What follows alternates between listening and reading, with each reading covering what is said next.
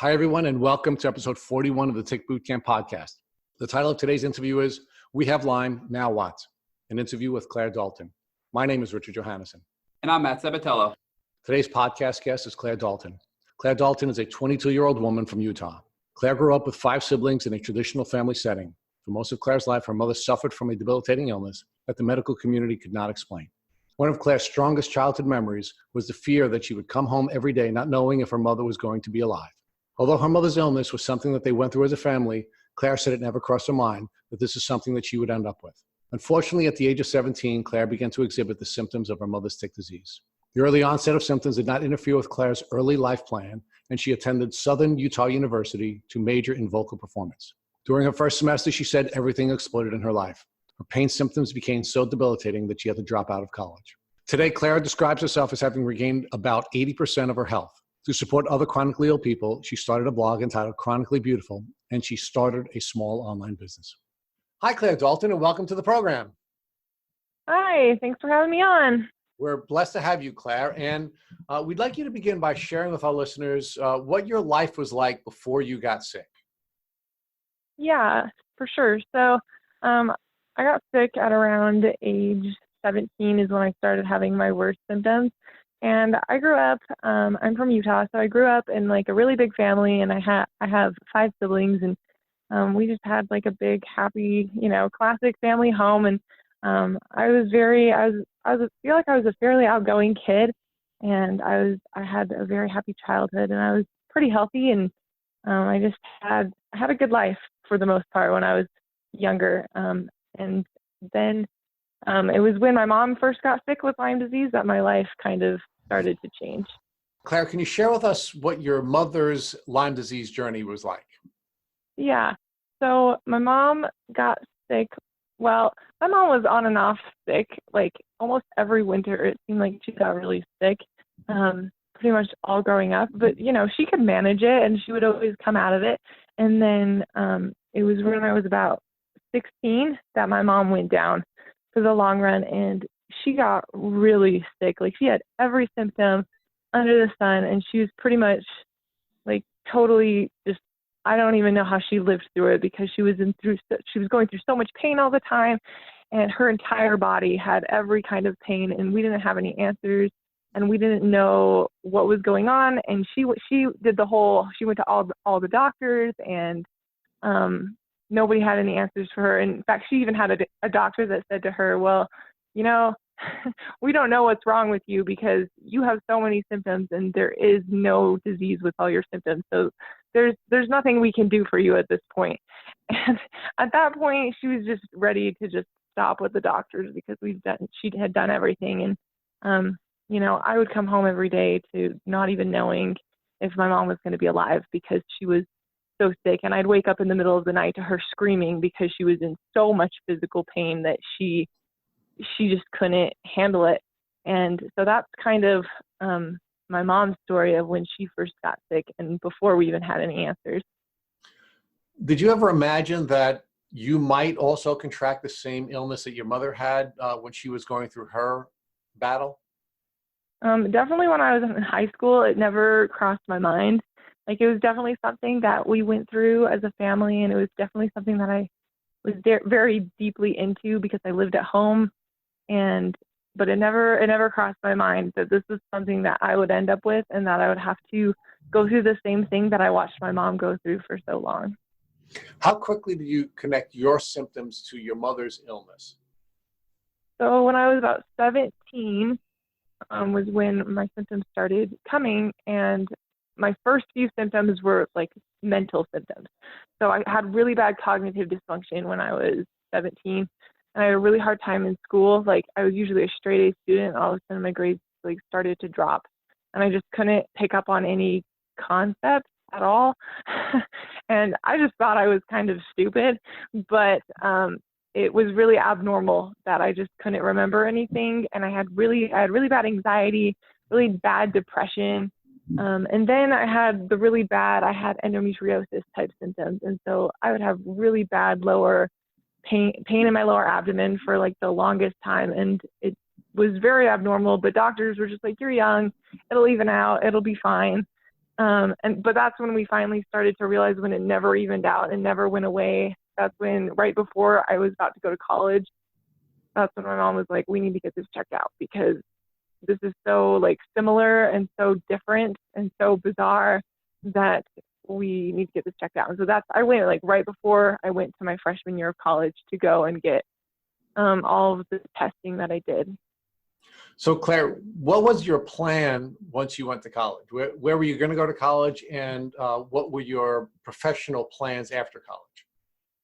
Yeah, so I always love telling people about my plan because I had a plan for life and like nothing was going to stop me in this plan. And so I was going to go to Southern Utah University and I was going to be a vocal performance major because I grew up singing. That's what I did. I took private voice lessons all growing up, and everyone expected me to be a vocal performance major and to go on and do music. And I wanted to get married when I was young, and I wanted to have a lot of kids. And I just had this plan like laid out for when this was going to happen and what age it was going to happen.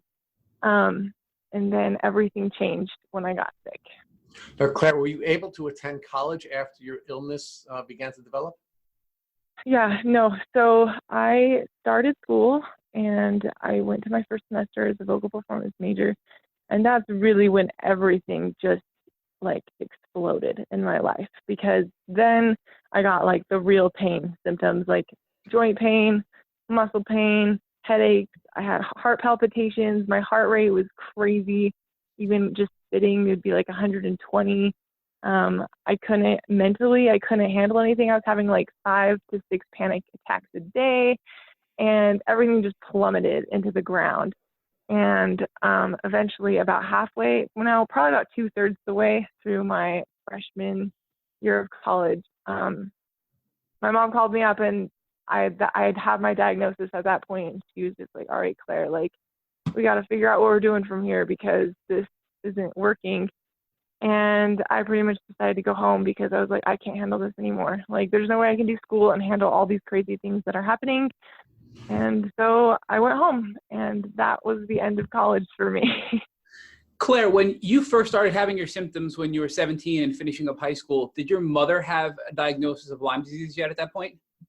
Yeah, so my mom was diagnosed right about probably towards the end of me being 17, probably closer to when I was 18. That's when she had finally had a diagnosis. Even then, it was like one of those diagnoses where they were like, well, you have Lyme disease, but there's nothing we can do for you. And so we were still kind of in like this fog of like, I have no idea what we're doing other than that. We have Lyme disease. Great. Now what? And as your symptoms started to progress more and more, when did you and your family realize the overlap between her symptoms and yours, and that you potentially had it as well? Yeah, so that was definitely when I was 18 and right about ready to leave for college, because at that point she was on treatment for Lyme disease. She'd been on treatment for about a year, and like it was definitely keeping her alive. It didn't cure her or anything dramatic, but that first treatment that she went on, it kept her alive. And that's when we started realizing that I was getting a lot of similar like bizarre health problems that just didn't seem to add up. What type of treatment did they have your mother on at that time? Yeah, so that treatment is actually a treatment that I don't even think they do anymore. And it's called the BX protocol, and it's like an energy catalyst. And it's something that it's like a doctor from out of the country that he came up with. And it it's interesting because you pretty much like the whole process is that you oxygenate yourself. So you sit on oxygen for an hour or two, or for me, I think I slept with oxygen for a while. And so you oxygenate your cells, and then you take this energy catalyst, which it's just like a couple of sprays under the tongue, and it's supposed to go in and kill your Lyme bacteria. And it was great, but the problem with it is that it didn't teach anything about detoxing. And so we would have these major Herxheimer reactions that just like the Herx thing almost killed us more than the disease itself.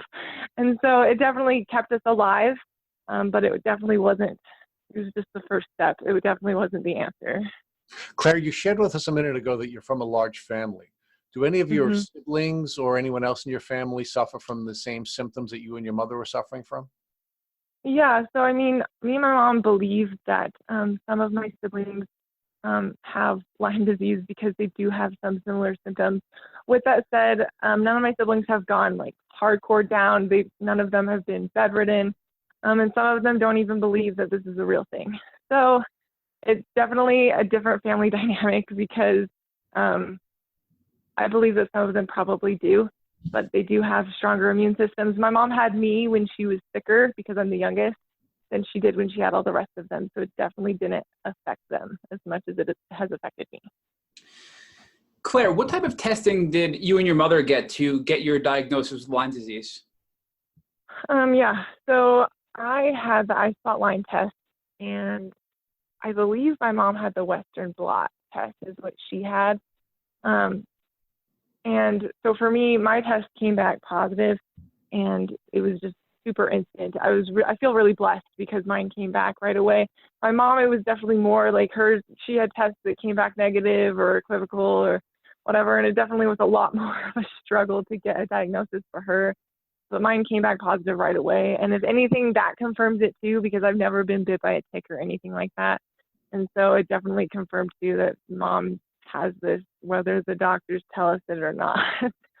So. And how do you think you got Lyme disease if you were never bit by a tick? Do you think you just never saw the tick, or do you think that you possibly got it congenitally from your mother?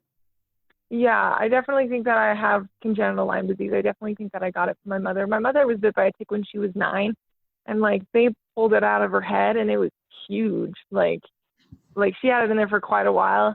And she always had like, again, like ongoing, like on and off health problems since then. And so we know, like after connecting all the dots, like she's had to have had it for quite a long time. What doctors were you and your mother seeing throughout this process that were helping you with your treatment? Yeah, so my mom saw every doctor under the sun. I couldn't even tell you all the doctors that she has seen. But for me, the one doctor that I went to that I got my diagnosis from was Dr. Andrew Peterson. And he's the one that, like he started me out just doing all of like the blood tests that checks like all of your levels, like everything. So like your mold levels, your mycoplasma levels, your nutrients, like everything.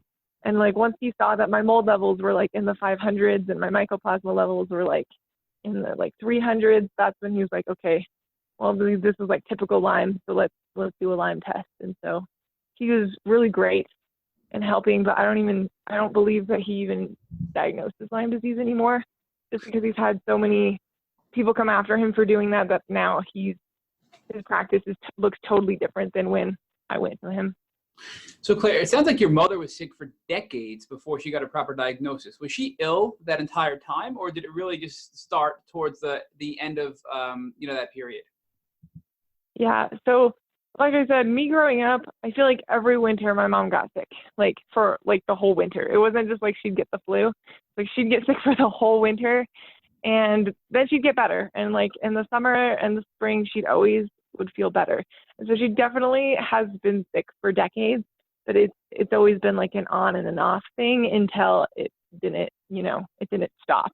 And then it was just on for forever. And that's when we finally, had to look for a diagnosis because we didn't have any other choice at that point. Did any of her countless doctors throughout the past couple of decades diagnose her with anything other than Lyme disease? Yeah. So, I mean, she was diagnosed with so many things.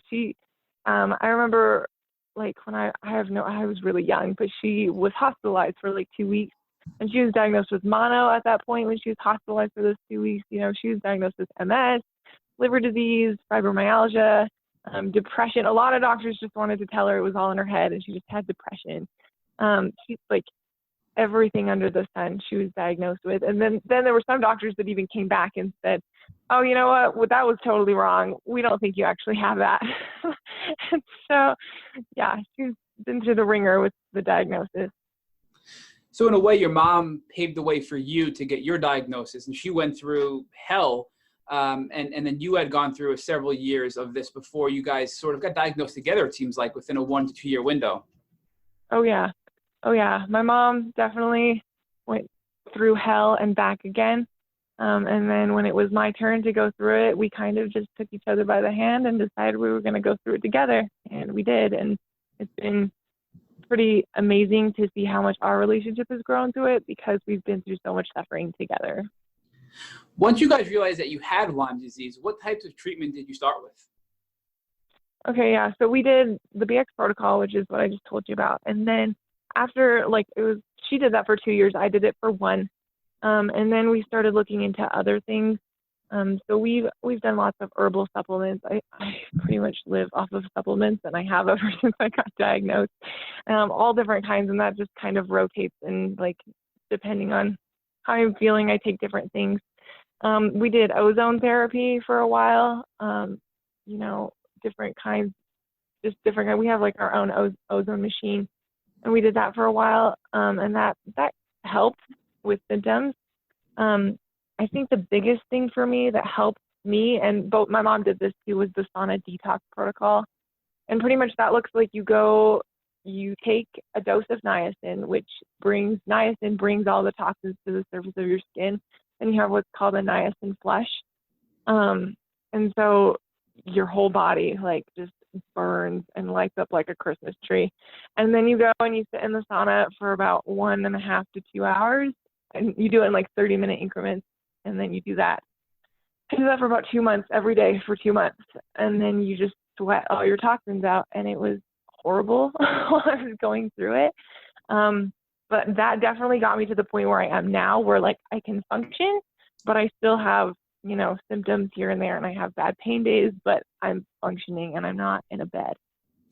So Claire, about that sauna detox protocol, so you would take this niacin dose. Was that an oral pill you take before you'd go into the sauna? Yeah. So pretty much the protocol, it would look like you take the niacin, you exercise for 30 minutes because that kind of activates it in your system. And then you have your niacin flush, and then you go in the sauna for 1.5 to 2 hours. And so it sounds like that was really your game changer, that sauna detox protocol. Oh yeah. That was at a point in my life where I really was just at this point where I'm either going to get better or I'm going to just submit to being in a bed for the rest of my life. And so I decided I was going to get better, even if I did something that sounded totally crazy. And it did when me and my mom were researching this, but it really did. It gave me a huge turnaround, and I started to see lots of improvement at that point. Specific to the ozone therapy you mentioned earlier, we've had some guests say that it's really helped them, and others say it's actually set them back a little bit. It sounds like for you, it helped with your symptoms, but it was sort of a temporary relief. Is that accurate? Yeah, pretty much. I mean, it works. I feel like it works to help with symptoms, but it was also the same concept too, that if you take a lot of ozone and then you have major Herxheimer reactions, then you're gonna set yourself back because you're not detoxing enough. And so that's what I found with that therapy. Did you do any other therapies to help with your symptoms and heal from Lyme disease? Oh yeah. So rice machine therapy is something that I also did when I was doing the sauna detox protocol. And that's pretty much, it's a machine that sets off frequencies. It's the concept that if you have a glass and I sing and I hit a note, that is the exact frequency of that glass, the glass will break. So pretty much what you're doing with the rice machine is you're hitting frequencies that are the exact frequency as your Lyme bacteria, and then it breaks that Lyme bacteria, it kills it. And so you pretty much just sit in a room with these, Lyme frequencies inputted into the machine, and then it outputs those frequencies. And so that was also part of the sauna detox protocol. I would usually do that for about 10 minutes. I'd sit with that machine for about 10 minutes until before you go and you take the niacin, you go into the sauna. So I did that. And then I also did bioresonance scanning, which is, another energy thing where you pretty much, you hold on to these two probes, and it scans your body energetically, and it can pinpoint imbalances in your body where it kind of can tell you where you're low on certain nutrients or what's going on in certain systems of your body. And that really helped us a lot because it pretty much helps to balance out your systems in your body so that you're almost retraining your body to react differently instead of just always being infested with this bacteria all the time. And then we also use it to kill the Lyme bacteria too, because it's the same concept as the rice machine. So the bioresonance scanning and the rice machine sort of were similar in the fact that they would target the frequency of the bacteria and kill the bacteria. Yeah. Were you discovering these therapies on your own, or did you find a Lyme literate doctor to work with you and recommend these therapies? Yeah. So in Utah, there are no Lyme literate doctors that I know of. So me and my mom, my mom is like, despite the fact that she has this crazy disease, she's like super genius, and she just spends so much time researching because she wants to get better. And so she spent so much time looking into different therapies, and she'd come to me with a new therapy and we'd research it together, and then we would just decide that this is what we're supposed to do next. And my dad is a huge support of both of us too. So like the sauna detox protocol, you have to be monitored because like you're passing out, you're throwing up, like you have so many reactions while like you're going through this experience. So like my dad was such a support because he would monitor us. He would make sure that we were drinking enough water. He'd peel us off the floor when we passed out. And so pretty much between me and my parents, we've just been this awesome team of three that has figured it out, because doctors do not help us, and they probably never will, in my personal opinion. So I think it's just so great that you have such a supportive family and that your father is so helpful throughout your journey that you and your mother are going through. Can you talk about any other treatments that you guys did aside from the others you mentioned? Yeah. So, and like my mom, of course, the first thing she did was the medication route, and that made her so much sicker. People always ask me why I don't take medications, because that's just the thing that you do if you're a normal person. But like my answer is really that medications made my mom 20 times more sicker, and I didn't want to go that route. So we definitely did that. We did try that, but that was not the answer. And then my dad learned forms of energy medicine, which is like acupressure. And acupressure is amazing for relieving pain. It's like the same concept as acupuncture, except less like invasive. And so that has done amazing things for pain, especially like muscle pain and joint pain, because you're relieving all of these blockages in your system that have been there for who knows how long. And so my dad is amazing at that, and that's definitely helped. And then definitely things that I use to help with pain now are CBD and turmeric. And those are like the two things. Those are like the power couple when it comes to dealing with pain, because like I take turmeric every day and I take CBD almost every day. And for the most part, like unless I have like a major pain flare, which still happens, but for the most part, like I can function generally okay, like way better than I used to, just by taking those two things every day. Claire, do you take the turmeric in a pill form, or do you take it in a powder form with your food? Yeah, I take it in a pill form. So I'll take anywhere from like 4 to 6 turmeric pills a day. And you talked about the acupressure, which is a light version of acupuncture. What is that like from your standpoint as a patient? What experience is that for you? Yeah, so for me, like at first I thought it was really weird because I was just not used to like that form of therapy. But like the more that we did it and the more that, Dad would work on me, the more I realized that it releases a ton of pressure, not only in like your muscles and your joints, but even like in your brain. I had so many mental symptoms that like just holding certain pressure points on your head and your face, it would relieve a lot of mental symptoms. And so that was an amazing experience for me, something that like I always recommend to anybody that's struggling from Lyme, because it's just it really helps with symptoms. And I believe it's not one of those things that's like an instant fix, but it does, like, I believe in the long run, it really does help. It like retrains your body to not be so like blocked and caked up all the time with these toxins. It's teaching your body to like have your channels open so that you can detox properly, so that you can heal from things that are autoimmune and things that have been in your system for years. And is that really just putting pressure on certain pressure points throughout your body? So like a gentle massage sort of treatment? I just want to understand better what it's like for you, when you get the treatment. Yep, that's what it is. It is very much just like gentle massage. Deep tissue massage can be super painful for Lyme people. It was for my mom. And so for me and my mom, something that's more gentle and better, it works way better for us, because it doesn't just cause like a massive Herxheimer reaction. It's very slow and gentle so that we can handle it. We see from your pre-interview questionnaire that we have that you also did some hormone therapy. Can you talk more about that? Yeah. So, I mean, I went to some doctors that because I have the endometriosis symptoms, and I believe that my endometriosis is really brought on by Lyme.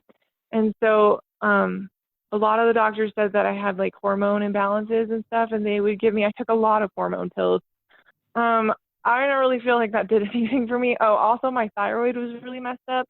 And so I took thyroid medication for a while. And again, I didn't feel like it did anything for me. So eventually I just kind of weaned myself off of it and went back to doing herbal stuff for my hormones because I didn't feel like the hormones were doing too much for me.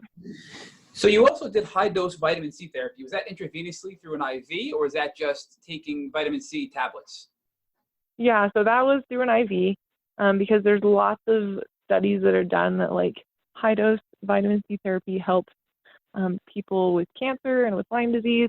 And so I think my mom did it a lot more than I did. And you pretty much go into the doctor's office and they give it to you and you sit there because it has to be like a really slow drip. And you sit there for like 5 hours and get your vitamin C. And I mean, that helped kind of. It's kind of one of those things that was kind of iffy that I was like, I mean, I'm sure it'll probably help in the long run, but it just wasn't giving me or my mom the results that we were looking for. So we didn't do that for too long. Did you do any other detox protocols other than the sauna detox protocol that you mentioned? Yeah. So I've also done, I just got done doing a parasite cleansing protocol, and it's called microbe formulas. And that specifically targets the parasites because everybody with Lyme disease knows that like parasites really feed all your Lyme bacteria and really can cause havoc. And that actually has done wonders for me too, where it's killing the parasites and it's helping you to detox them out of your system. I feel like that's done really good things for me because when you have parasites wreaking havoc in your body, you're not going to heal from Lyme disease. So I just got done doing that, and that was a very good thing too. So a very common thing most of our guests say is they take CBD oil to help with their pain. Are you comfortable sharing with our listeners what type of CBD oil you're using and where you're getting it from? Yeah. So it's called Soul Tender CBD. That's the brand that I use. And we just order it. We order it. I think my mom met this lady once, and so we order it from her. And she's awesome, and she's awesome. She gave us like a lot of really good information about it. And the one piece of advice that I would give about CBD oil is that there's so many different brands of CBD. It's like you really have to do your research about what brand is like pure and organic, and so you're not just adding extra toxins to your system. And so that's the kind of CBD that I use, and it's just like a dropper. So like I'll take like 1 dropper full a day, or if I'm having a really bad pain day, I'll take 2 dropperfuls a day. And it's kind of just like an oil. So you also noted in your questionnaire that you use essential oils to help with your symptoms. Can you talk more about that? Yeah. So doTERRA oils are like the first thing that my family got into that was kind of quote unquote weird. Like that was like really new to us, just starting oils. But I've learned that like it really helps, especially with like the mental symptoms. Like I almost always have essential oils diffusing in my house, and like lavender is really good for anxiety, and like anxiety is a really hard symptom for me. And so like essential oils do wonders, just breathing them in the air. I know I've tried to use them for my endometriosis pain, and they've worked to a point. Definitely wasn't an all-out answer though. But yeah, and not only that, but just like going from the transformation from, eating really unhealthy food and living a really toxic lifestyle and having really hard cleaning chemicals and everything, like all of my cleaners that I use in my house, because I don't want to add extra toxins to my system, they're all made with essential oils. And like that does wonders for me because I've detoxed kind of my life so that I'm not adding extra into my system. So Claire, you and your mother have gone through a wide variety of treatment protocols, really trial and error to see what would help because you didn't have really much assistance from doctors there in Utah that were Lyme literate. So if you had to summarize what the best treatment options were for you, for our listeners, could you give us a high-level overview of what you'd recommend for your experience and what helped you for our listeners? Yeah, for sure. So like step one, and I tell this to like everybody I talk to about Lyme disease, step one, change your diet. Like I eat completely refined, sugar-free, and organic. And I've done every other diet under the sun too, gluten-free, paleo, keto, you name it, I've done it. But for me, like go organic and cut sugar out of your diet. That's your first step, because what you're doing is you're cleansing your body of all the crap that's in your body so that you're not giving the Lyme more ammo to just hit yourself with. So that's the first thing. And the second thing is that you want to kill the bacteria. Whether you want to use herbs or whether you want to use the sauna detox protocol, I recommend the sauna detox protocol all the time because I feel like it's like a lot faster than any other treatment that I've done. It's 2 months of hell, but then once you get through that hell, you feel so much better. And so that was definitely one thing I did to kill the Lyme. And then you want to detox. Okay, whether you're detoxing using, whether you're juicing or whether you're in the sauna or you're doing a parasite cleanse, whatever it is, you need to make sure that you're detoxing.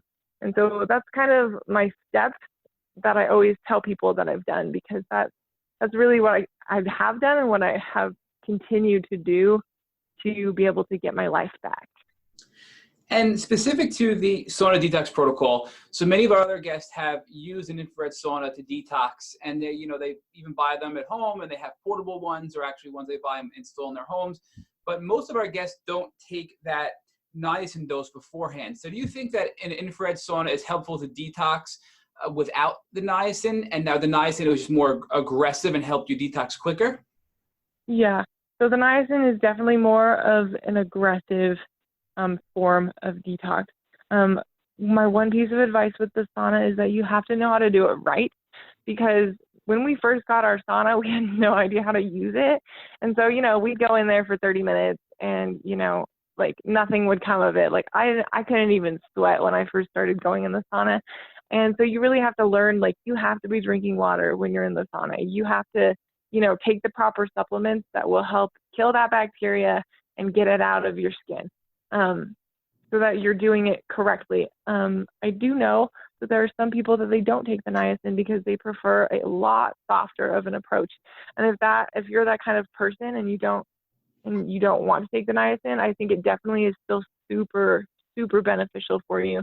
But I would definitely, for the first month, if you're going to get on a specific protocol for the first at least month, I would say take niacin, because it really does aid in killing that bacteria, bringing it to the surface of your skin so you can just get it out. Are there any other supplements you'd recommend to take with the sauna detox protocol? You mentioned taking some supplements as well to help kill the bacteria and get it to come out of your skin while you're sweating. So is it just the niacin, or is there others you'd recommend as well? Yeah, so for me, I took the niacin, but then I was also on like a bunch of other herbs too. And like for each person, it's different. Like I always tell people they have to do their research. You have to do your research and you have to kind of figure out what works for you, because if you take too many herbs that are killing things too fast, then you're going to get sick too. And so you really have to do your research. But as far as like when you're doing the protocol, like you have to be taking some form of electrolyte. And I took that before I got in the sauna so that the sauna doesn't just drain you completely. And then I would always juice my own juice, whether it was, beet juice or carrot juice or cucumber juice, celery juice. I would always juice my own juice, and I'd drink like a whole mason jar of juice while I was in there, because what you're doing is you're restoring all the nutrients that some of the sauna and the niacin is kind of putting out of your system. And that definitely helps with like feeling nauseous and lightheaded. And we definitely had a lot less passing out than we would have if we would have just gone cold turkey into the sauna. So Claire, have your doctors acknowledged that Lyme is passed through from mother to child at birth, or is this something that you came to the conclusion of via your research? We have talked to doctors, mostly doctors like in different countries, that they have like confirmed that this is like pretty much super likely that that's what happened. Again, there are no doctors in Utah. There are no doctors in Utah that will even recognize that Lyme disease is a disease. So it's definitely not in our area, but we have talked to doctors, all around the world that they're like, this is definitely what's happened here. This is definitely the circumstance that you're in. Yeah, we think that it's just that for some reason we're behind the curve here, because one of our guests that will be coming out shortly after you, Lindsay, on our podcast, she's a nurse practitioner who learned that Lyme is not only congenital and it can be passed on from mother to child, but it's also potentially a sexually transmitted disease. And there's a lot of discrepancy out there, but I think our listeners should be cautious and research it on their own to determine if one of their partners are infected, or if their mother or father was infected, do they consider that they could potentially be getting it as well?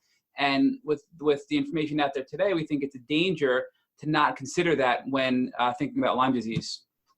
Mm-hmm. Yeah, so my dad actually was diagnosed with it too, and my dad has a lot stronger of an immune system, so it has not affected him as much. It's mainly in his feet. So like his feet, like when I was in college, I wasn't even around for this because I was in college, but like his feet would swell up and he was on crutches for a while. And so at that point, like he got a Lyme diagnosis or a Lyme blood test too, and his came back positive as well. So we know that he has it as well. I'm definitely a strong believer. Like I know that Lyme disease, you can't transmit it to your spouse, you can transmit it to your family. Unfortunately, that is how Lyme disease works. I'm also a firm believer though that like if you know how to take care of your family and you know how to live a clean and a toxin-free life, and you know how to be organic, like you can definitely keep your Lyme disease in your family down to a level where it will not destroy your life the way that it has destroyed so many people's lives. And so it's all about educating. It's all about learning what to do and the right steps to take so that you can keep that bacteria dormant in your system. So Claire, it sounds like you believe Lyme never goes away, but if you take the proper steps, you can keep it at bay and live a somewhat healthy life if you take the proper steps. Is that your belief? Yeah, that's definitely what I believe. Again, I know I feel like a lot of my siblings probably have Lyme disease, but for the most part, it's dormant in their systems and they live full lives. And so they can continue on, but it's very common for entire families. I talk to people with Lyme disease all the time, and their entire family is sick, and that's very much a norm. And I think it's important to note that Lyme is an opportunistic bacteria. We've had many guests who believe they were infected 5, 10, 15, 20 years before they became symptomatic, and that their body was fighting it off because they had a healthy immune system. And then either due to a health issue or a traumatic life event, the Lyme bacteria then was able to really make them sick and kind of take over because of their life experiences. So it's important for you guys to be aware, I think, of your siblings, that it could rear its ugly head down the road if they have some sort of life-altering experience, a physical accident or an emotional trauma or something like that. Yeah, for sure. So for me, I really believe that what triggered it is that I watched my mom go through trauma for like 2 years. And that was really traumatic for me. That was really hard on me to watch my mom go through that trauma. And so eventually, like watching that and being a part of that all the time, eventually my immune system went down because I wasn't mentally or emotionally handling that trauma very well. And then that's when I went down for the long run. So it's definitely, it can rear its ugly head again. That's why I'm so passionate about living a healthy and an organic and a pure lifestyle, because that's what's going to keep you healthy, is that you have to actually make effort in your health, and you have to take control of your own health and realize that it's a job. It's a full-time job to take care of yourself and to live that healthy lifestyle, but it's so important if you want to have your quality of life. So Claire, does your family believe that your father got Lyme from your mother, or do you think that he got infected by a tick at a later point? Yeah, so we believe that he got it from my mom. As far as we know, he's never been bit by a tick, but there's like that big percentage of people that have never been bit, but they still have Lyme. But we definitely believe that he got it from my mother. Yeah. And people deal and cope with sickness and chronic illnesses like Lyme in a variety of ways. What has helped you the most, spiritually, physically? What has helped you the most get through this experience? That you have such a positive attitude and such a positive energy to you. So what has helped you maintain that positive energy? Yeah. So for me, number one thing would be that. So I came from a religious family. Just kind of background information. Like, I was raised in a very religious family where my parents taught me about prayer and about God. And honestly, when I was younger, I believed it, but I was very shallow in my belief and in my faith. And I didn't quite understand what it meant to allow God to heal you and to allow Christ to come into your life and to have him sustain you through your trials and your adversities. And when I got sick, that's when I had to learn that lesson, because prayer is my lifesaver. Reading the scriptures is my lifesaver. Living a life that I know that God would be pleased with me, listening to what he tells me and what I know my mission is, because he's guiding me every step of the way. That's what's gotten me through this illness. There is an enabling power that comes from the fact that Christ died for us, and he suffered all of the pains and afflictions that we've suffered so that we wouldn't have to go through our pains and afflictions alone. And knowing that empowers me to be able to live my life and to help other people, and to realize that there's a purpose for what I'm going through, and that I'm not suffering in vain. I'm suffering so that I can hopefully help other people. I feel like I'm a very different person. Again, I was very shallow and very self-centered when I was younger, but now it's like my eyes have been opened to the fact that there's so much suffering in America, in the world, and there's something that we can do about it. And that's something that we can do is that we can love people, we can be there for them, we can be their support, we can be their advocate. And that's like my entire mission in life, is so that people with Lyme disease and other chronic illness, they don't have to walk this journey by themselves, because that was the hardest part of Lyme disease for me, was that I felt like I was totally alone until I realized that I'm not alone when I have God in my life. And that's what changed my life. Now, Claire, can you share with our listeners how you've done your outreach on social media as part of this transformation that you've gone through? Yeah. So I started my blog. My blog is called Chronically Beautiful. And the reason why I wanted to name it Chronically Beautiful is because I didn't want to be labeled as chronically ill. I don't believe in labeling people for whatever reason. And I just didn't want to be seen as just this chronically ill girl, because I know that I'm a daughter of God, and I wanted to say that, you know what, I'm chronically beautiful, because life still has its beauty even with all the pain. And so one of the purposes for my blog is not only to spread the news about health and about real health and how you get your health back, but it's also to spread the news of how good God is in the journey, and how he's always there, and his blessing to every single one of his children as we go through these painful experiences. And so that's one of the main purposes of my blog and my social media, is to spread that message, because so many people have, just like me, they've discovered how much God loves them through their suffering. And if I can just spread that message and give just a little bit of hope to somebody somewhere, then that's worth it to me. And that's why I do my blog and my Instagram. And that's why I will continue to do my blog and my Instagram, is to spread that message. Thank you for listening to the Tick Boot Camp interview with Claire Dalton. To our listeners, we have a call to action. First, if you would like to learn more about Claire Dalton and her tick disease journey, please visit her Instagram at chronicallyclaire, or her site, chronicallybeautifullife.com. Second, if you enjoyed this episode of the Tick Boot Camp podcast, please share it with your friends by using the social media buttons you see at the bottom of the post. Third, Tick Boot Camp has created a Tick Bite blueprint that is inspired by information that has been provided by past guests on this podcast. We urge you to visit our website at www.tickbootcamp.com to view the blueprint. Please note we would appreciate any input or improvements you would like to make. Fourth, don't forget to subscribe to this podcast on iTunes, Google Play Music, or Spotify to get the automatic episode updates of our Tick Boot Camp podcast. And finally, we thank you, our listeners, for your comments on our past podcasts. Please take a minute to leave us an honest review on iTunes, on Instagram, or on our website. We make it a point to read every single one of our reviews. Thank you for listening.